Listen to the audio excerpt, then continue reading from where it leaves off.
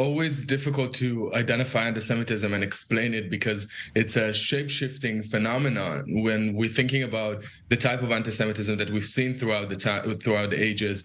Jews used to be hated for being poor, then hated for being rich.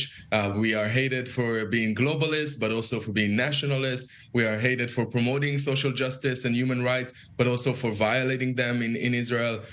Israel is this the new Jew, the Jewish nation, is being placed with the blame for everything. If in the past it was very easy to say, for a lot of people to say that Jews killed Jesus, now they change it and say, well, Jesus was a Palestinian and actually Jews are killing him again. So it's a new packaging of old anti-Semitic hate and tropes that we've seen throughout the ages coming back again.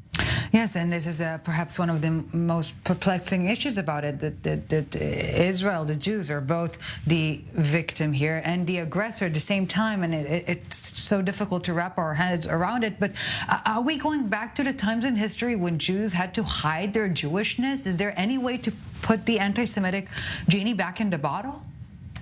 That's a really good point. I think that if we look at societies, Western societies in the recent years, a lot of people stood up against Asian hate during COVID, and they put this genie back in the bottle. A lot of people stood up for Black Lives Matter. A lot of people stood up for women's rights, LGBTQ rights. But it's up to the rest of the world to fight this. Jews are not the ones that are spreading anti-Semitism. We can't task the victim in solving a problem that we didn't start it. I think that Jews need to be more proud of our Jewish identity. We need to speak up more and be more open about it, definitely. But it's not our task to fight it. And I think that as long as the world sees it as our task, we won't be able to solve it. And then you see people like Kanye West that is willing to work with neo-Nazis and white supremacists because of his hatred to Jews. And then today he's posting something in Hebrew, apologizing to the Jewish community, as if that's going to fix anything that he's done.